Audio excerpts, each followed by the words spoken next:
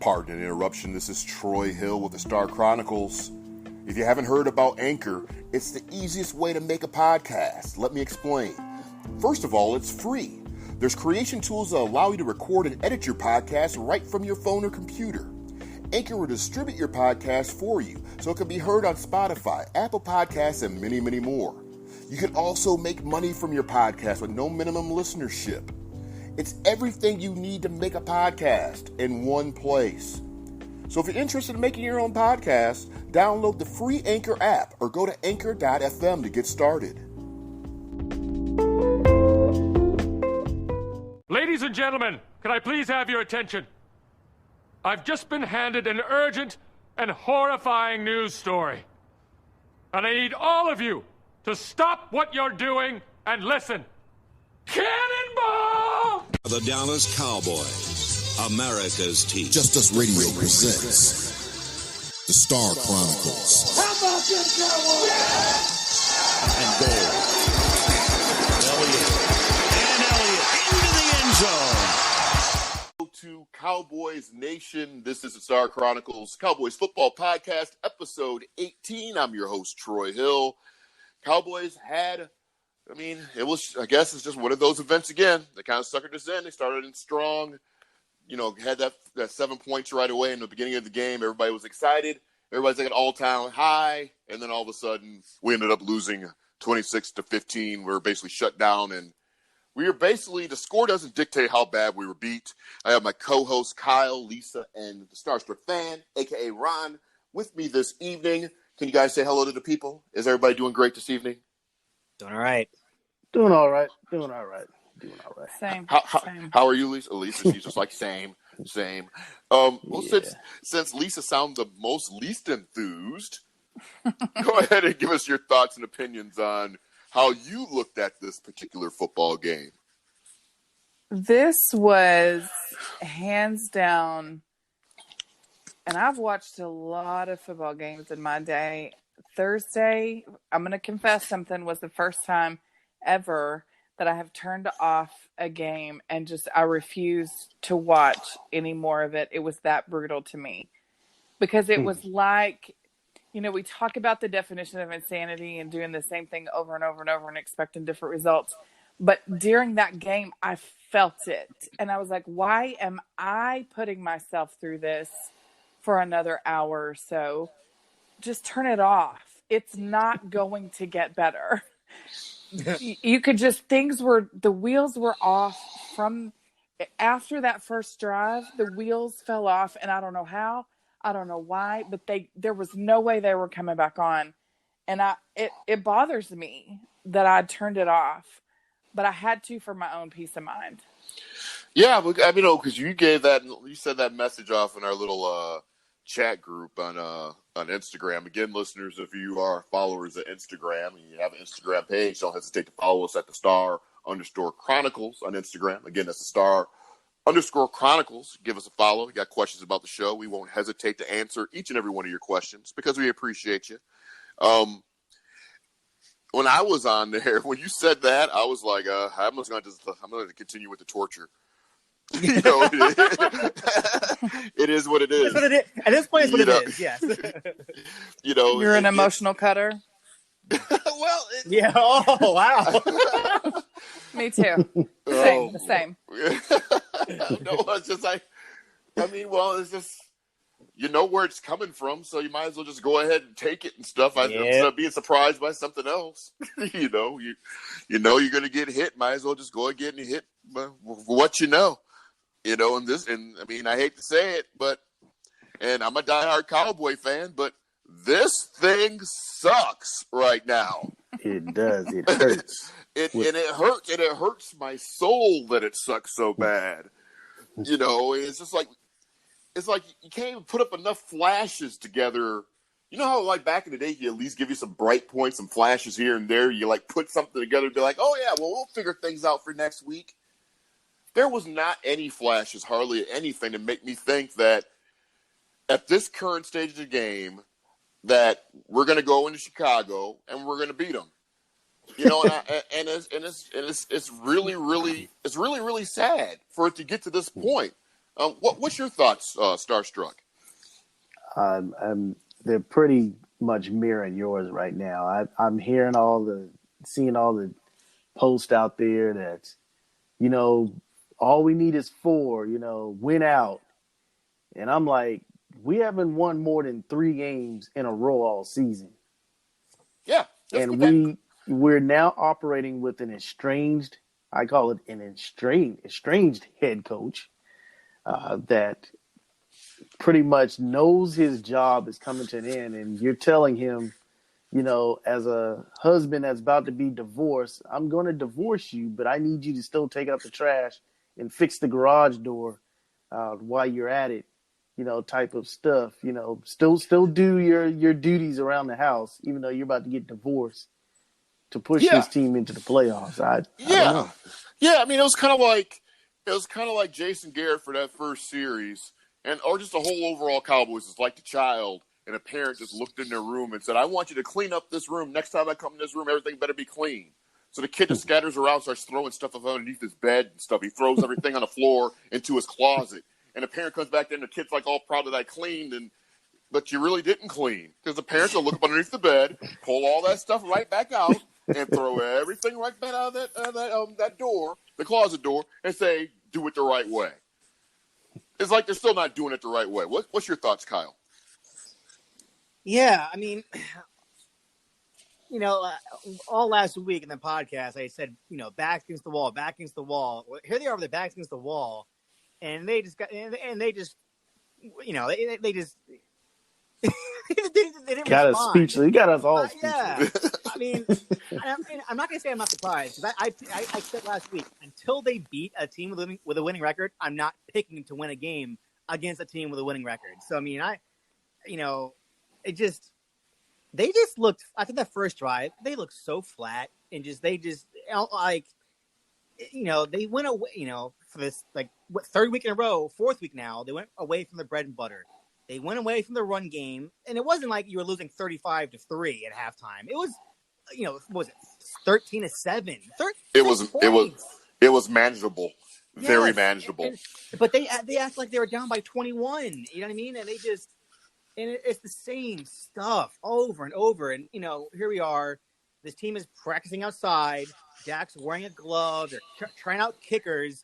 Like, Jason is the most reactionary coach on the planet. Like, you should do this before these games, not after them. You know what I mean? Like, yeah, well, reactionary. Well, reactionary. I don't even know if Jason Garrett's reactionary at this point. Yeah, I'm talking reactionary. Yeah, because reactionary dictates that, okay, this is happening in a game, and I'm going to do this, that, or the other. No, reactionary is going to be that I'm playing in this crappy weather, so I know that I'm going to have my team practice outside, like other championship teams do. Yeah, I'm talking about after the loss, after the media gets on his ass. You know what I mean? It's like, okay. No, yeah. Like when he went for it on 4th and 19. Says, when does Jason Garrett go for it on 4th and 1 and 19?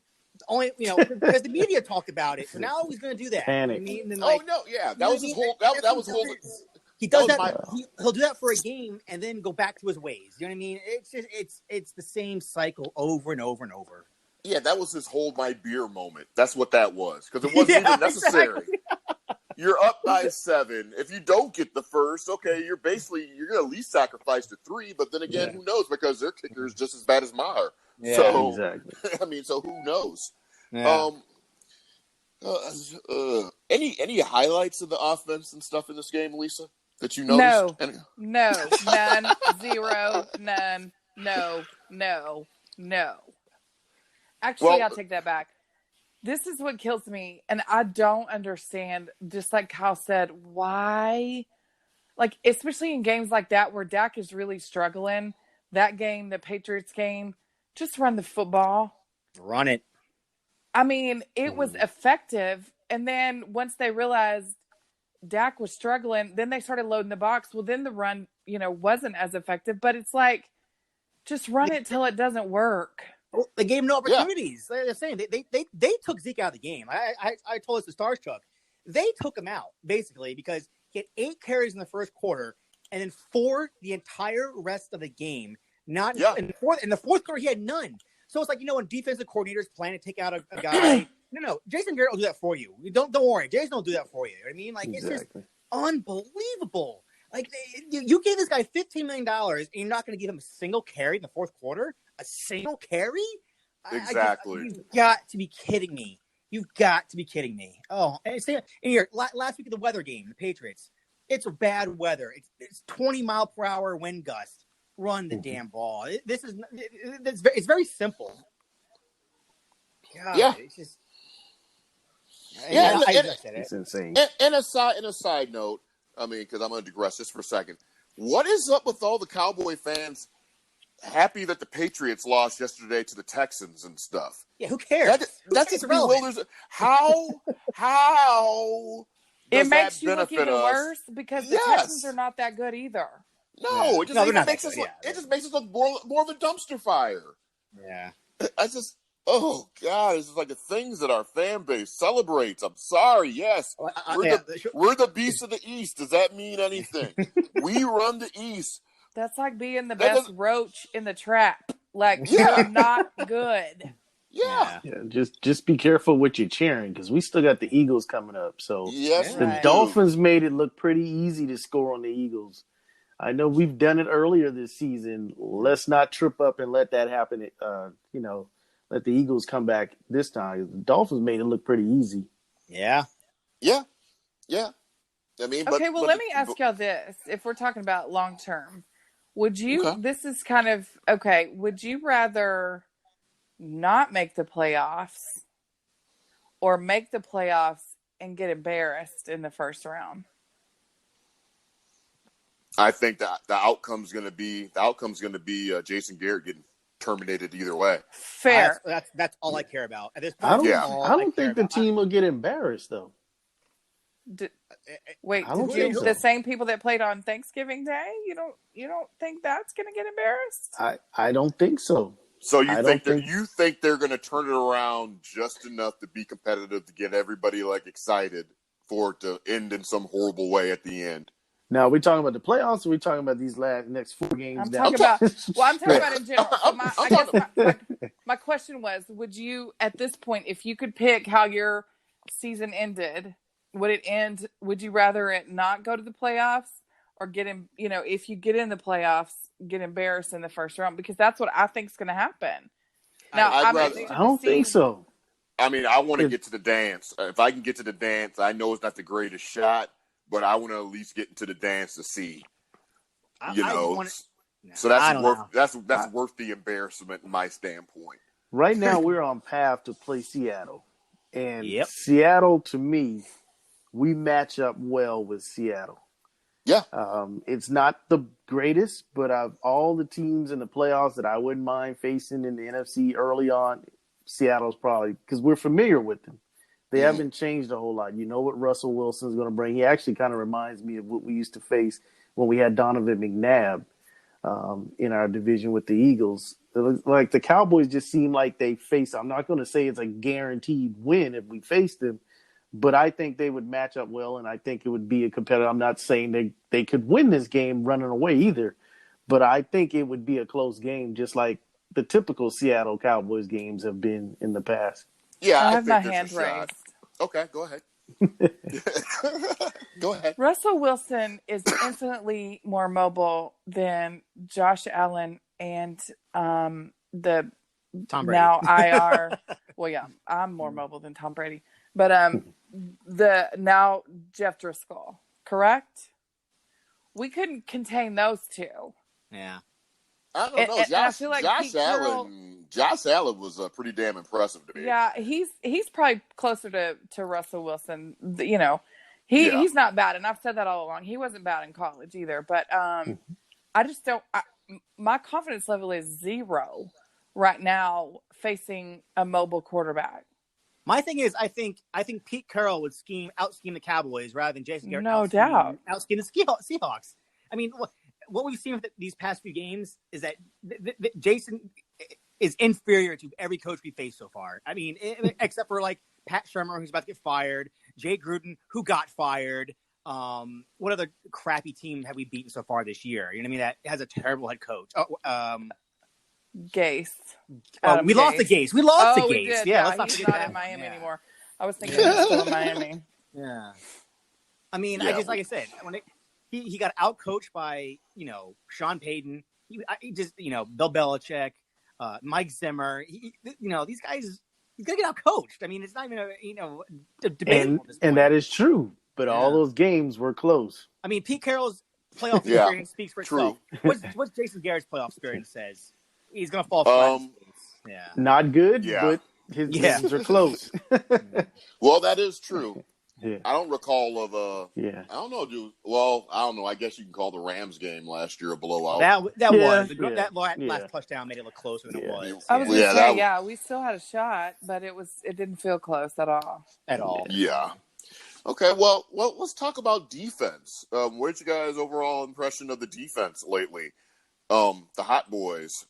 Yeah, they need to stop with that. Yeah, that can be over with now. I'm hoping. Well, I told you it was a lame nickname to begin It's with. terrible. Anyways. Yeah, it's so dumb. Yeah.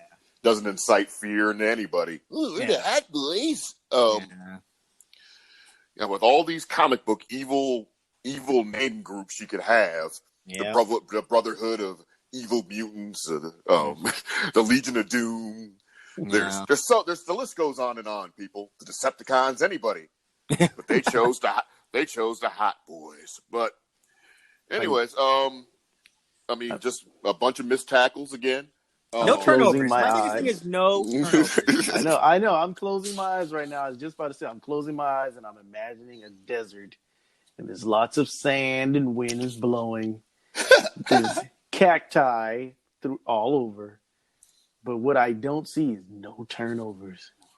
Did y'all hear Chris Richard's quote from this week so far? Oh, gee, let's hear it. Do we got to scream to read it so it sounds like him, or is he just reading it? No. He said, for this defense, turnovers are the next. Wait, what? Step. Wow. We're the next 12 games in. Shouldn't that have been the first step? You're a season, almost 2 seasons in as the defensive coordinator. The next step, that should be a training camp, basic training camp stuff. The 12-step program. I mean, what is it? I said that should have been the first step. And then I saw it on Twitter, and I said, "What in the entire hell? Like, what? This explains a lot. If that's a real current quote, that explains everything that I need to know about the defense." This is 4 games in a row, right? 4 games. There's 16 in the season. That's a quarter of the season without a quarter. You played a quarter of the season without a turnover. That's pathetic. Not a fumble recovery, not an interception. A quarter of the season. That's unacceptable. Yeah, but I still don't even know who actually runs the defense. I mean, I have more clarity probably on the offensive side, and I'm still not 100% sure the offensive side of the ball. But I'm for damn not certain who's actually calling plays defensively. And that may be part of the issue, is there's not really clear definition on, I mean, I think, I don't know. Lack of communication, It seems like, I guess, Marinelli is kind of running the D line, like gearing these guys up on the front line for us. And it seems like Richard's in charge of the play calling in the secondary.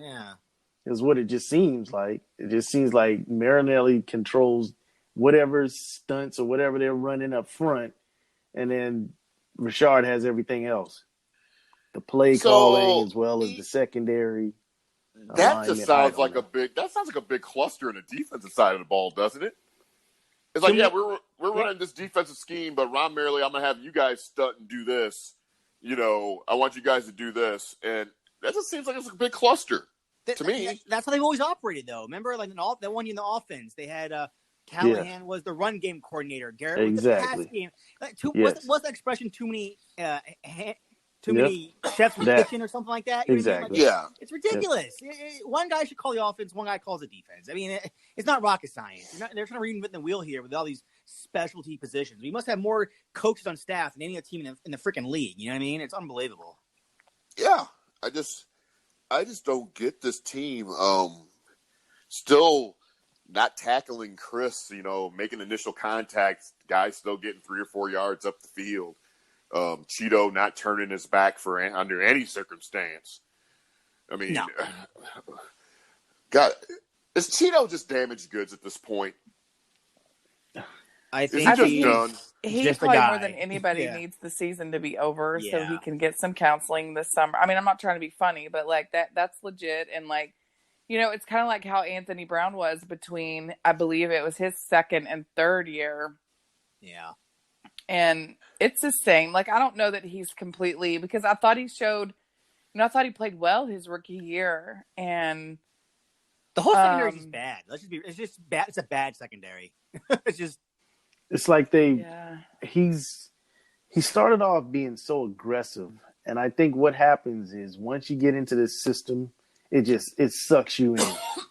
It turns you into this player that you were hoping to not become, because over time you start being more and more concerned. It's kind of like the child thing when you're first a little kid and you really don't have any fear about you until the one time you fall off the edge of the bed and then you realize, oh my goodness, Yeah. I can't go to that edge anymore. But before that, it was no problem. You'd hang and swing and do whatever as a kid. It seemed like when he first came in, he just was into taking more chances. But the longer we went without having any legit safety backup, it's like he starts reverting to this careful player now. I can't look back, can't give up the play.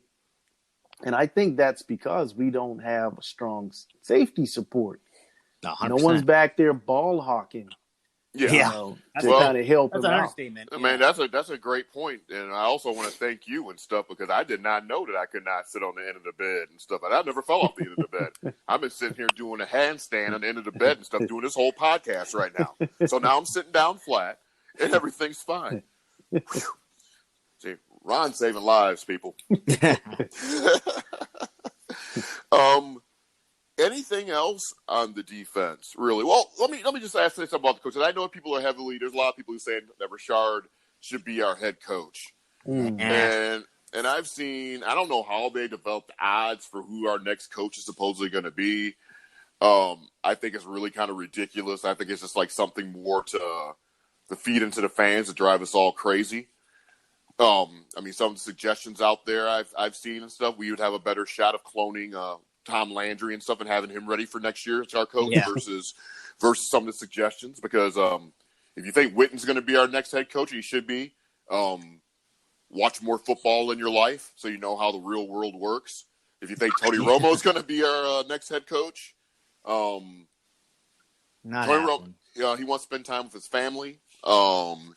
He's making a boatload of money with CBS, and he's going to end up getting paid more.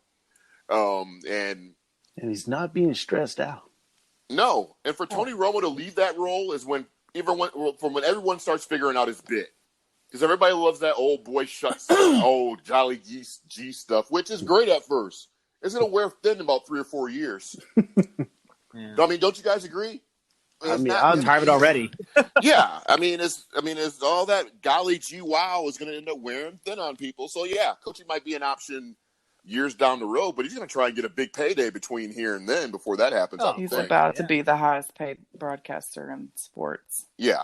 I mean, and I know that and endorsements. Why would he leave? I mean, he's doing a Corona commercial, Skechers commercial. He's got, he can golf every weekend in the off season, do tournaments. You know what I mean? Like, how much free time do coaches have to go golfing in the spring and summer? They don't have that time. So. Yep. I also heard somebody suggest Lovie Smith at one time. Because Ron Marinelli and Lovie Smith are friends, because that always works out. We know Rod Marinelli, and we do think Rod Marinelli is not going to be around much longer, right?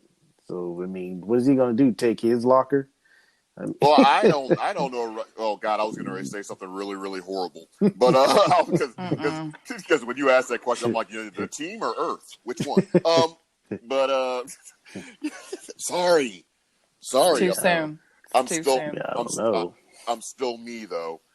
I don't even know if Rod Marinelli's going to even be around much longer after this summer. I don't know what all he's going to clean out.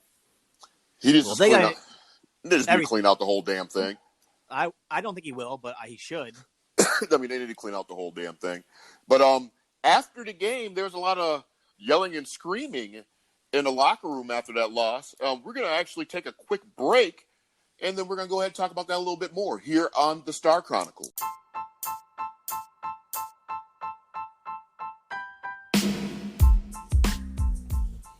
Hello, I'm Troy Hill with the Star Chronicles Cowboys Talk podcast, sponsored by Anchor, the easiest way to make a podcast. Anchor gives you everything you need in one place, free, which you can use right from your phone or computer with creation tools that allow you to record and edit to get your show sounding glorious. They'll even distribute your podcast for you so it can be heard everywhere like Spotify, Apple Podcasts, Google Podcasts, and many more. You can easily make money from your podcast with no minimum listenership. So what you need to do is download the Anchor app or go to Anchor FM to get started. Did I mention it was free?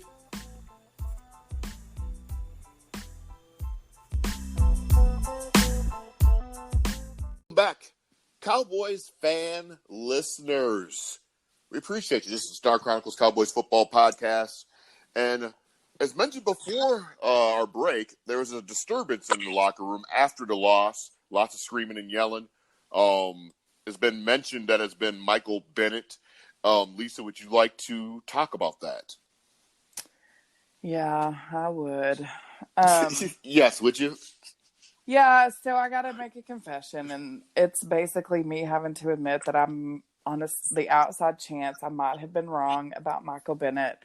Here's the thing. I thought he was the price was fair, was fine. The 7th round pick, no big deal.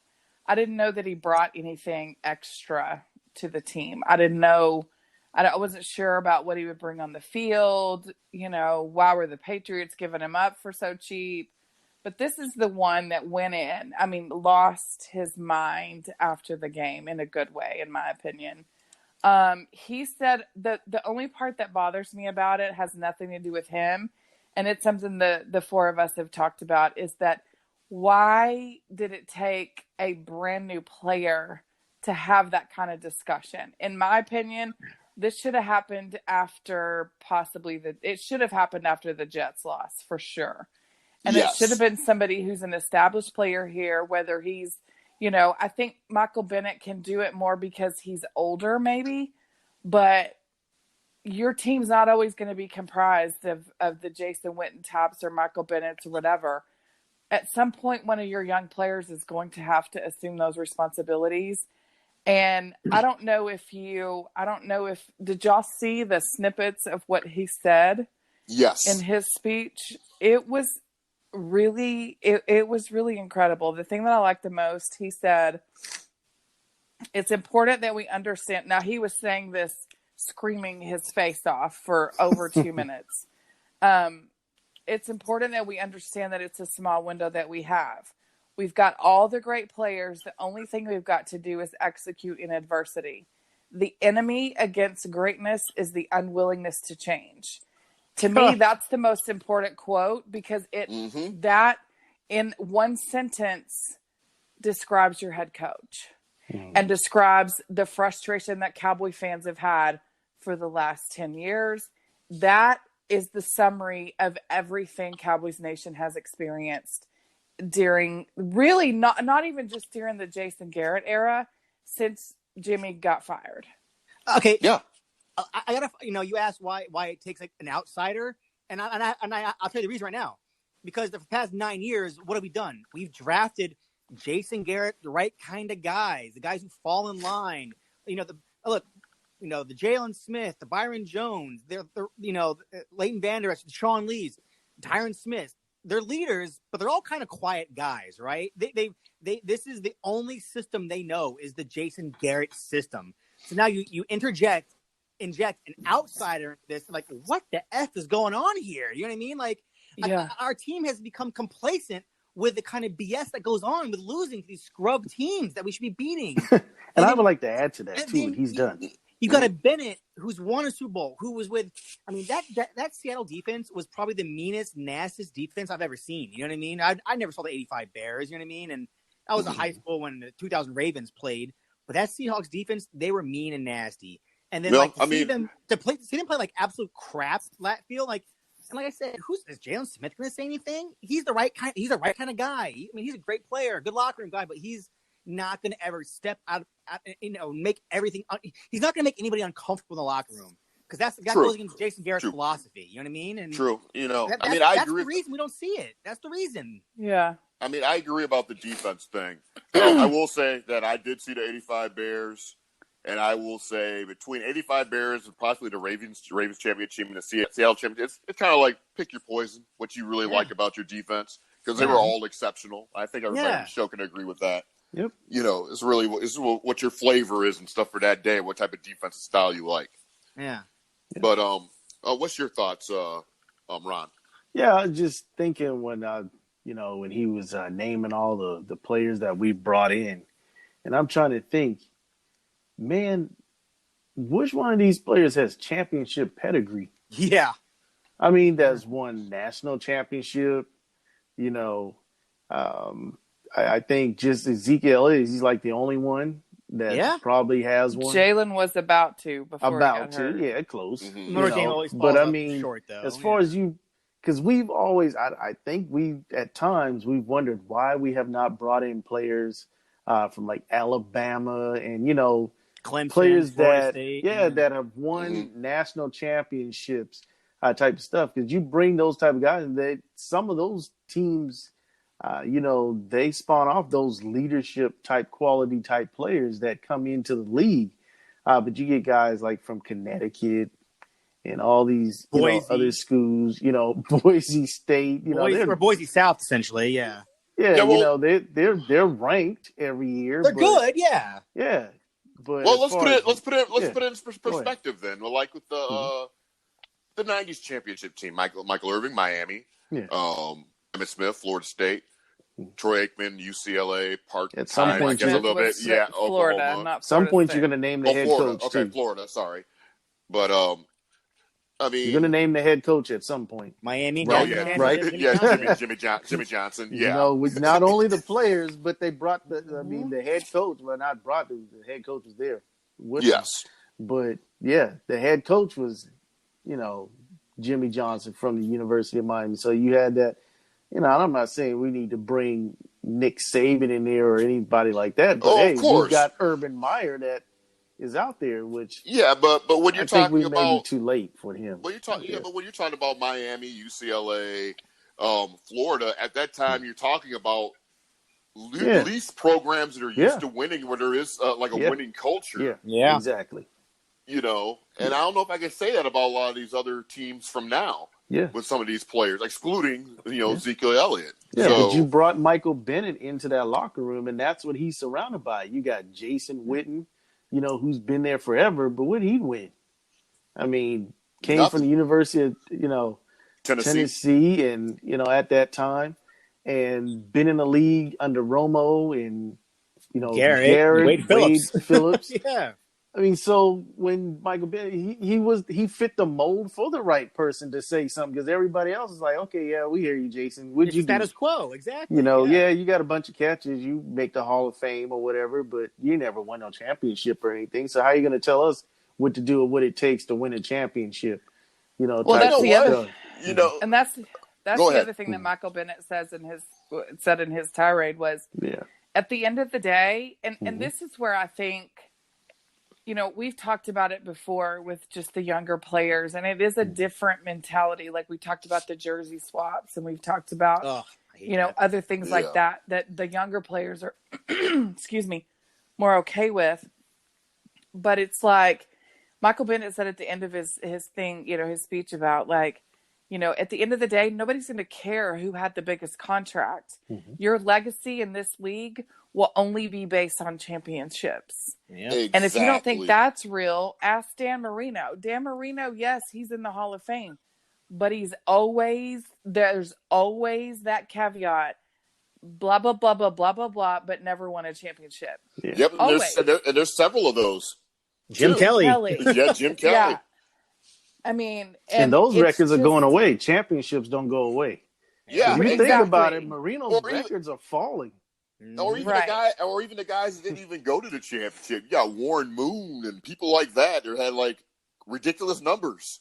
But those numbers are, like I said, those numbers are falling now. Right. People like Matt Ryan, those people are blowing those numbers. Look at a guy like Adrian Peterson, never played in the Super Bowl. LaDainian Tomlinson never played in the Super Bowl. Running back position wise, you know what I mean? Right. Their records are falling. He's right about that. Yeah. Championship. Matter of Yeah. fact, He is right. Frank Gore is Yeah. what, about to pass Barry Sanders? Is that what they said? Mm-hmm. He just Yeah. did. He just did. Yeah, just did. He Yeah. just did? Yeah, Wow. he's third Barry on the Sanders list never now, played. behind Walter Barry Sanders Payton. only won one playoff game his entire career. So it's Emmett, Walter Payton, and Frank Gore now. Frank Gore. And I think I mentioned this in a show last year on the other radio show, that has anybody even remembered Frank Gore doing anything? He's kind of like I know he was a good player, but still, this is like really under the radar. Yeah. At the end of the day, you think about it. Mm-hmm. Not when he first came in the league. Like when he first came in the league, he was just. I mean, He was. but then Yeah, he was he's hurt. explosive. I think he missed two. Didn't he miss 1 or 2 whole seasons with knee injuries? True. Yeah. Yeah. Jesus. So Long yeah. time in the league. Well, But yeah, so basically, I was wrong about Michael Bennett, and I'm glad he's here. Wah wah wah. So let me go ahead and stretch on out here. Oh, So how much God. longer will he be here? Because his time's About limited. 4 more games. 5 maybe. Yeah, about His 5 more games. his time is limited, unfortunately. Yes. So Lisa, I remember I made comments and stuff a few weeks ago about anybody in their right mind should be doing cartwheels over Michael Bennett at this point and stuff. So I can sit up there and say now that have you done a cartwheel in the last 2 or 3 days?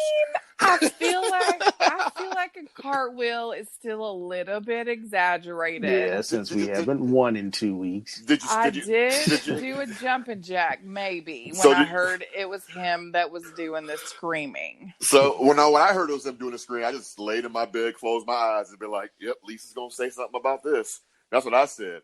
But I said Sure. that, though. Did I not Yeah. say that when we first signed him? I said, let's see what happens when we start losing. Yeah, That's see. true. I You sure did. said, let's see what happens. but this We is a start positive losing. though. Yeah, So- it so is. it- and- And yeah, it is. But at the so- time, I just wanted to see how he would respond. It's Yep, one so- thing to come from a team that's winning and, you're just talking to the coach because you just want to play more. But Yeah. what happens when you get to a team and you're playing, but the team's not winning? They're just underachieving exactly. for whatever reason. I wanted to see how he would respond because we went through the same thing similar with Greg Hardy. Yeah, When Greg Hardy came in fiery, Oh God. was producing. But when that team started underachieving, Greg Hardy was like, look, I'm not going to stand for this. Yeah. You guys, what, lack of a better word, what he was telling the guys on the sideline, but they weren't happy about whatever he was saying. well, They you were can't pushing, take shoving, and yelling. Yeah, but you can't take that type of information from a guy that was like body slamming women on guns, Oh, yeah. on beds made of Uzi guns. So Yeah. I mean, but this is what I envisioned when Lisa finally realized I was right. She went outside her home, took her little Mary Tyler Moore beret off her head, threw it up in the air, and just everything just paused as she broke down, did a cartwheel because I was correct. Is that how it went? That's exactly not how it went. Okay, well we'll edit that and it'll say that you said it did. Can I make a comment real quick? Sure. Of course. Okay, so we talked about the Seahawks 10 minutes ago. Yeah. I got the game on in the background right now, right? They're playing the Vikings, 9-2, 8-3. It's in Seattle. They're up 34-24, right? The Uh-huh. ball is at their own 30-yard line. The Seahawks had the ball at their own 30-yard line, up by 10, and they run a fake punt for a 30-yard gain. And I'm saying that because that would happen to us, and it would be the same thing. Like, there's no way, we're beating Seattle in the playoffs. There's no way. I can't see it.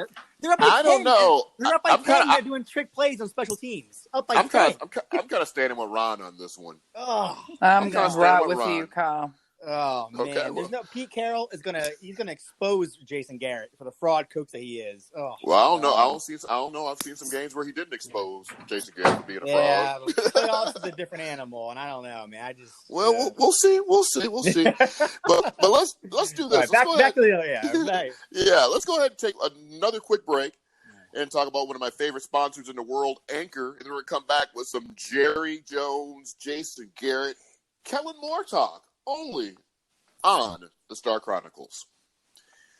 Star Chronicles Cowboys Football Podcast. We really like to thank each and every one of you for listening into the show.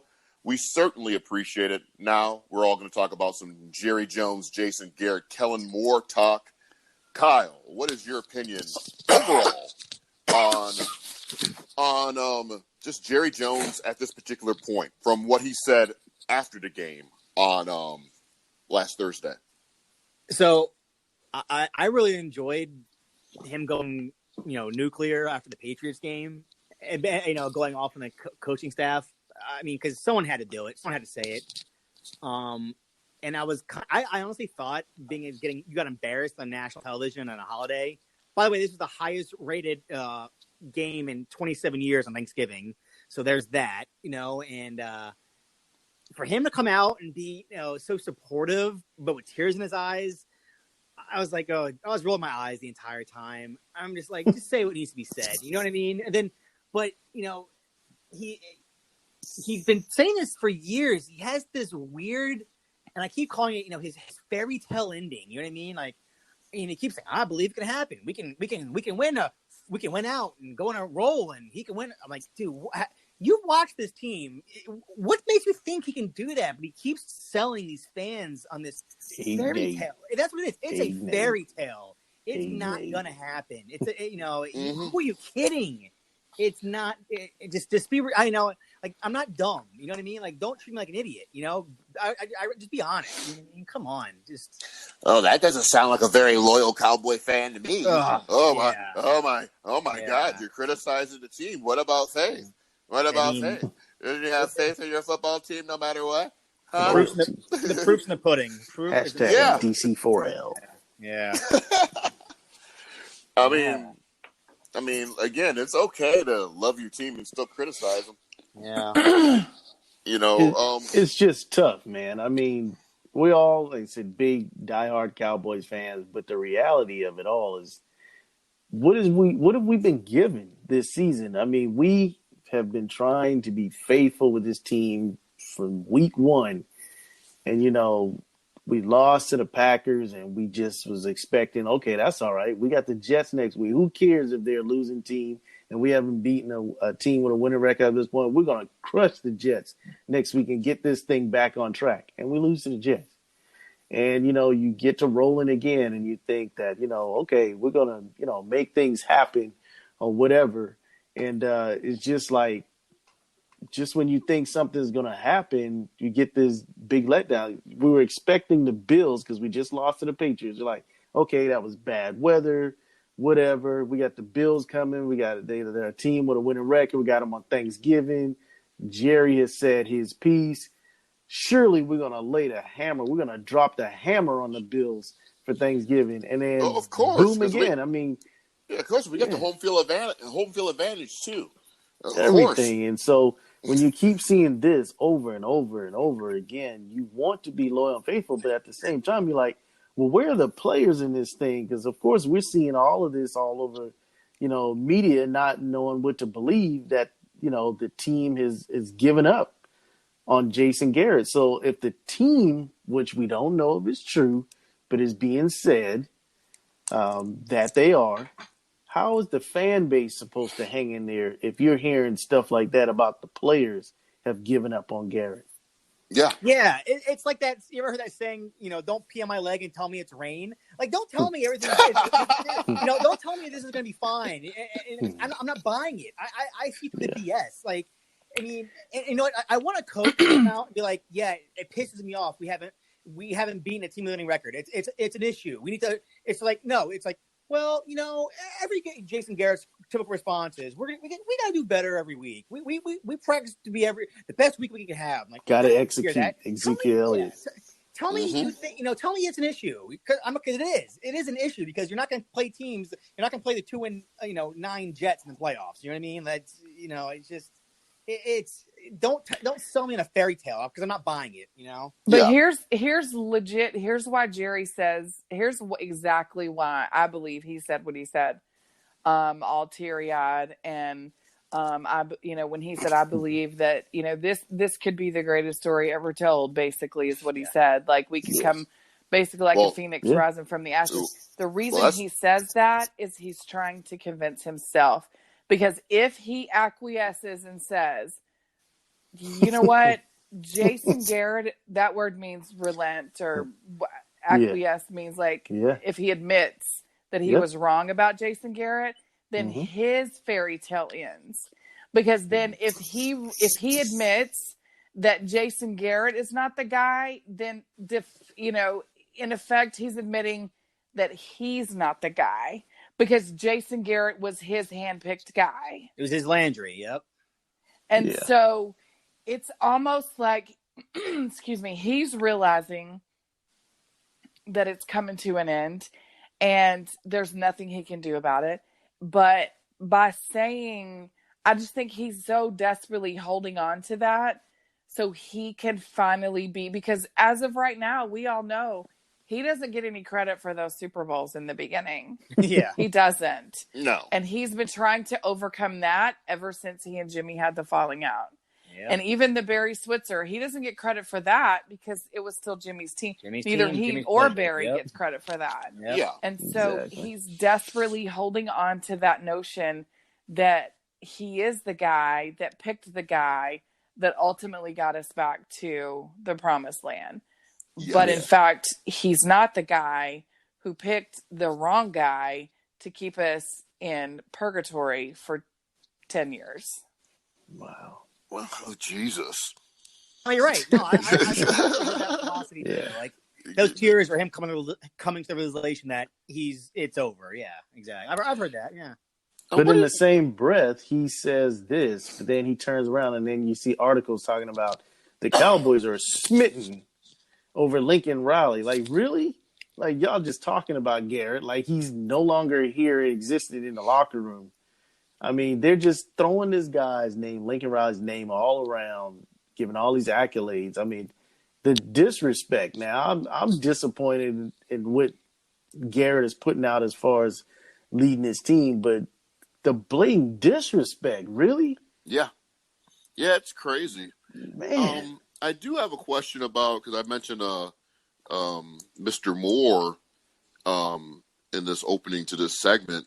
I'm just kind of still wondering, trying to figure out how was he a backup quarterback that blew out his leg, that became a quarterback's coach, which is kind of like a big deal right away in that standpoint, and also happened to be an offensive coordinator.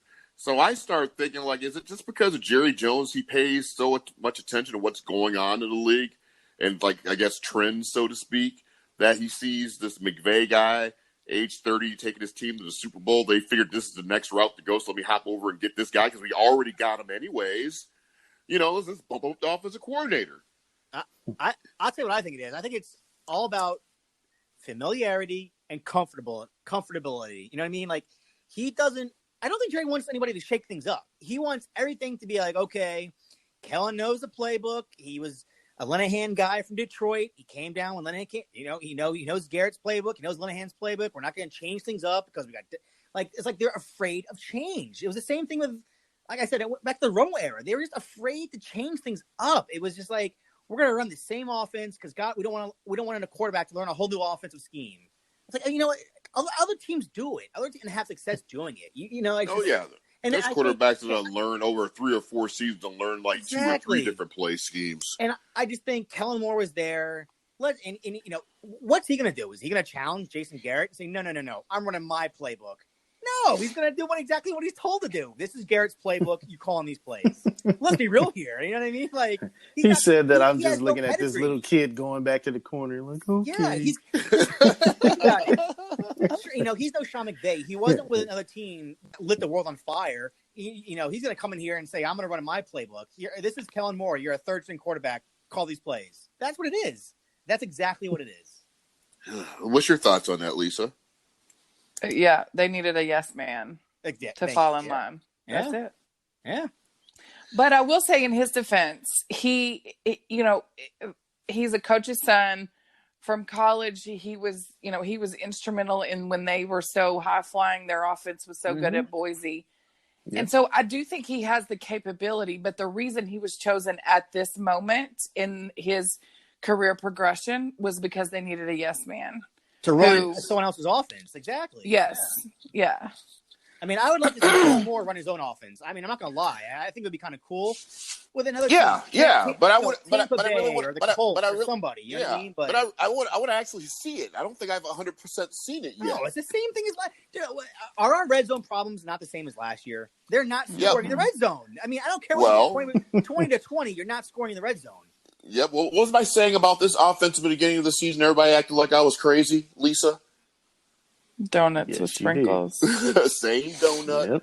Yep. With a few sprinkles on it. Yep, that's what it is. And those are against bad teams. You know what I mean? It's just we just do nothing sexy. I mean, no. I'm watching, and we got all that, and we got all the talent to be sexy. The Dolphins, by all, came up with something creative on Sunday to get into the end zone versus the Eagles. The Texans I think last on night. you watched that? The Texans on a reverse. A double reverse. We haven't done anything like that since I think Kellen Moore when he played. Yeah. I mean, 2015, right? Yeah. We just don't do anything to throw anybody off. It's just hand the ball off, go right up. Every now and then we'll do a reverse, type of thing, but we don't ever do like a double reverse. Yeah. No, jet sweep. Our big play is a jet sweep. Oh my God, a jet sweep. Oh, yeah. That hasn't really. I mean, Tavon, honestly, I guess scored on it once, and Lucky Whitehead may have scored a couple of years ago. That was like 4 years ago. It's so behind that this offense seems to be in their attempts, like going forward. Like we said earlier, on the 20 in the beginning of the game or whatever. I would not be surprised they tried to run the Wildcat offense and be like, "See, we're doing something different." I would welcome a flea flicker. They claim everybody's coming at Zeke anyway. They got the box crammed up. Let him take the ball. Let him run up the middle, turn around, and pitch it back. There's got to be somebody open. If you got that many people that you claim are in the box, which I don't buy. That you got these many people in the box, because I'm like, well, how you got that many people in the box if we've got Randall Cobb and Amari Cooper on the outside? And Gallup. How you still have all these people bunched into the box to stop the run? I don't buy it. No, it's a very, very elaborate scheme where they're looking like there's 8 in the box, but they mask a lot of stuff defensively too. Yeah. Where that first initial look, you'd be like, "Oh damn, I got 8 in the box," but you really don't. You just got some people who's sagged a little bit closer to what they normally are. You can't sell out on a run like that. Not when you got Amari Cooper, Randall Cobb, and Gallup. There's no way you can sell out. No, exactly. With that in the box like that. That's the whole point of why we brought Amari Cooper in. You mean we're not? I'm not buying that stacked in the box. Well, but it goes back to your inability to make in-game adjustments. You go in with a game plan and you do it no matter what, and that's the fatal flaw of this organization right now is the unwillingness to change. And the fact of the matter remains. I feel like Jason Garrett is about 3 weeks late with all his plans. Like today, this week he said we're going to practice outside. Yeah. Well, you should have done that the week of the Patriots game. And even I don't know if any of y'all watched the Baltimore and San Francisco game yesterday, but it rained 4 straight quarters. Obviously, the wind was blowing a little bit, but it wasn't whipping like it was in New England.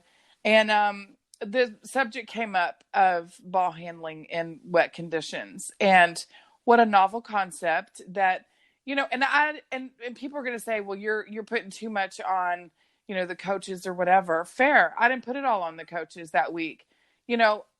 Dak at some point should have said, hey, I'm pretty sure the forecast is going to be really crappy in New England when we go up there and play. Maybe should I try out gloves now and see what they work like, what it feels like. Maybe I should do that. Well, in Baltimore, they looked at the forecast and it turns out John. Okay. He's a little bit regimented, kind of like Jason Garrett, but only better because he's successful. But anyway, he likes practices to be a certain way, very regimented, he calls them, he likes perfect practices. So he doesn't like to end on a bad note. He doesn't, things like that. Well, practice was over and Lamar Jackson came over to him and was like, hey coach, weather's supposed to be crappy this weekend, here in Baltimore. I want to try some things with wet ball, with dunking the balls in the ice water and seeing how it feels. He played lights out yesterday. Mm-hmm. Yeah. And it's like, okay, it went against what Coach Harbaugh normally does, but he said, you know what? You're right. You're right. You need to have that exposure to like torrential downpour soaked, footballs.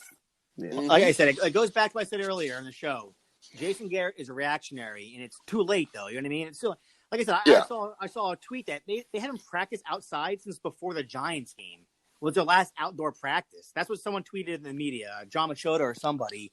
Like, that was like 5 weeks ago. You know what I mean? And you had outdoor games. You know what I mean? Like, like I said, you knew you were playing the Patriots at Gillette Stadium. It's outdoors, the Northeast in November. It's going to be crappy weather. You know what I mean? It's like, okay. Well, so now now I'm kind of like, how does the outdoor practice here in Dallas, where it's 50 to 55 degrees, how is that going to make you be prepared for the low 30s in Chicago on Thursday? I thought about that. And the fan base is eating that up. And I'm like, it is not going. Unless you got 100 fans blowing inside the Star and turn the thermostat down to like 30 inside the Star. That's what I would do. Yeah. I would simulate something. You're right. Growing up around that areas as a child, I can tell you that, practicing outside is not going to prepare you for this particular football game in Chicago. when the wind just literally just whips the hell out of you. Yeah, it's a joke. Like, practicing outside right now is a joke. It's are we bringing Brett Maher for this trip? Oh yeah. Because they already said they're going rolling with him. Yeah. I mean, does it make sense to even pack him along and bring him in Chicago? Is he going to hit any kicks? Is he going to make any kicks in the Windy City on Thursday night? I will say we might want to be practicing for twos. We need to be practicing going for two. I would. I'm saying we need to be practicing going for two. I don't know. Every time I see him getting ready to kick a field goal, I think he comes into the stadium before the game starts, like with his legs in a cue stick bag or whatever for a billiards or whatever, and he like takes his legs out and like screws them in or whatever. That's when I look at him. He's like Lieutenant Dan. But I just never seen anybody who's so horrible. He's 69% field goal kicking right now. Wait, That's awful. Is it 69 or 67? Either way, it's awful. Isn't he right now where Dan Bailey was when we decided to let him go? Yeah. Wasn't Dan Bailey at the point where we was like, he just doesn't have it anymore? Wasn't he like kind of Dan Bailey was injured. Remember, he had the groin injury the whole entire year. But we got rid of him at that time. Yeah, exactly. Yeah. He was injured, but we felt it's just not there anymore. And this guy is looking the way, to me, that Dan Bailey looked when we decided it was enough was enough. And Bailey's go ahead. Kicking at like 85%. Now Dan Bailey's like 85%, and we're at 60. I think Dan Bailey, I like to look at it when they let him go was more of a money-saving aspect, more so than anything else. I mean, he was terrible at that particular point, groin injury. That didn't help. That didn't help. But I think that was more of a cost-saving measure than anything. I think if he was making more kicks, he would stuck around. Yeah, exactly. Not $3 million for a peace of mind that my kicker can make a 39-yard field goal. It's worth it to me. I mean, I'm not comfortable taking Brett Maher. If we do make it to the playoffs, I'm not comfortable taking. Yeah. Oh no, I totally agree. Ralph Seption, anybody? Is he available? Oh, anyways. I know. I say that name, but I forgot about the legal troubles that he's still probably currently in. So we move on. We'll move on. Bears in general, because we're running out of time here. Lisa, Bears win or lose? Oh, my Lanta. My brother-in-law's a giant Bears fan, so I need a win more so than normally. I'm like Kyle. I just don't have any confidence right now. Like, my heart wants them to. I want them to win every week, but my rational brain just, I don't know, because Chicago's defense is pretty good. pretty decent, especially their front seven. And Top five, I think. Yeah. But their offense is horrendous. Mm-hmm. Yeah. And I'm talking like ours is so stellar. Yeah. Yeah, the final score will probably be like 3-2. Like somebody will get a safety. Someone will get a safety. Maher will take like 7 or 8 attempts to get that 3 for us. But I don't know. I really don't know. Like, I think that we can beat this team. I just don't know. So I'm gonna say lose. Okay. Let's go ahead and bring it to Ron. This is tough. I want to say yes. And the reason why I want to say yes is because of the players. I think the players really want to win this game, but I just think it's just hard to do when your head coach is being talked about in the news to be replaced. I'm like, how does he make decisions and still get this team fired up to win when he knows he's not going to be there next season? I mean, this is tough. Okay. So it's tough. So I have a follow-up question for that. So, like, what makes them want to win more this week than the 12 games prior? Because we constantly talked about none of us has any clue what inspires or motivates this football team. It's the same players, so shouldn't they want to win 6 of the last 12? Did the Eagles lose the week before also? They're on a 2-game losing streak, aren't they? Or did they win the week? 3. He was on 3 games. And really? Speaking of something just from like old experience, anytime when I was like part of a good team and anything, I think anybody can relate to this. You play against a mediocre team, you don't play around. You want to just destroy and embarrass them. Mm-hmm. So I question that fact alone just playing against the Jets, where you're clearly superior on paper. Why aren't you just going to take them to the back of the barn and just pound them? You play down to their level. You play down just because you can. You know, and this team doesn't have that type of thing going on with them. Yeah. But yeah. So I mean, are you taking an L? You taking an L, Ron? Come back to me. How many people we got left? Kyle, Troy, come back to me. Okay, Kyle. Kyle, what do you think? All right. Well, we got 6-6 versus 6-6. So the Bears aren't exactly a winning team. They're not exactly a losing team.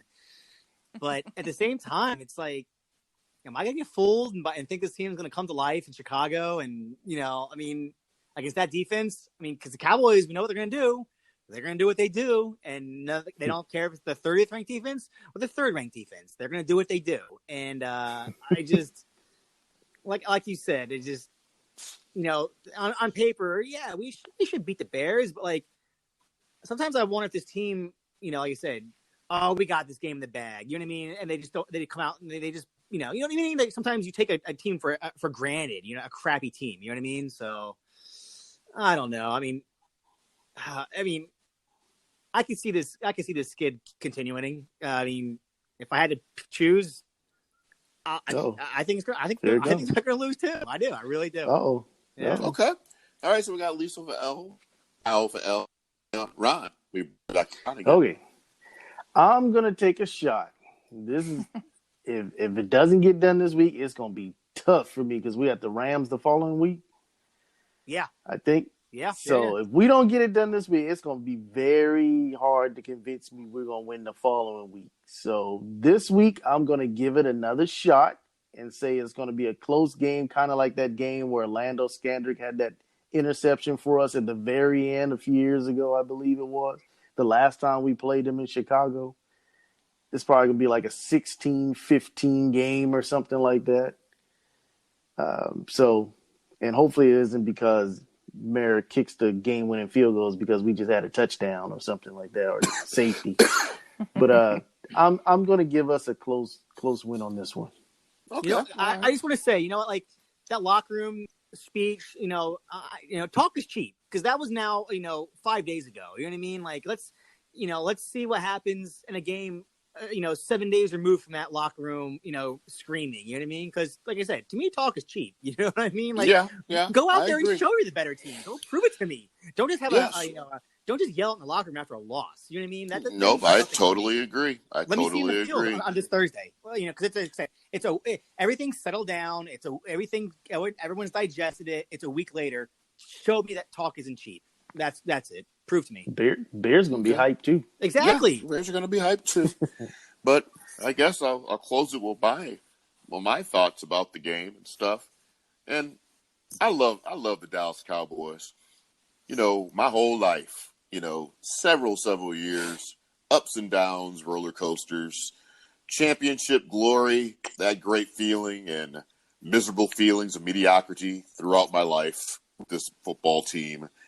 And I'm going to say, back there on Thanksgiving, after the game was over, and Michael Bennett let everybody in the locker room have it with his little motivational speech, I think that's going to trigger some people in the organization, the players, not necessarily the organization.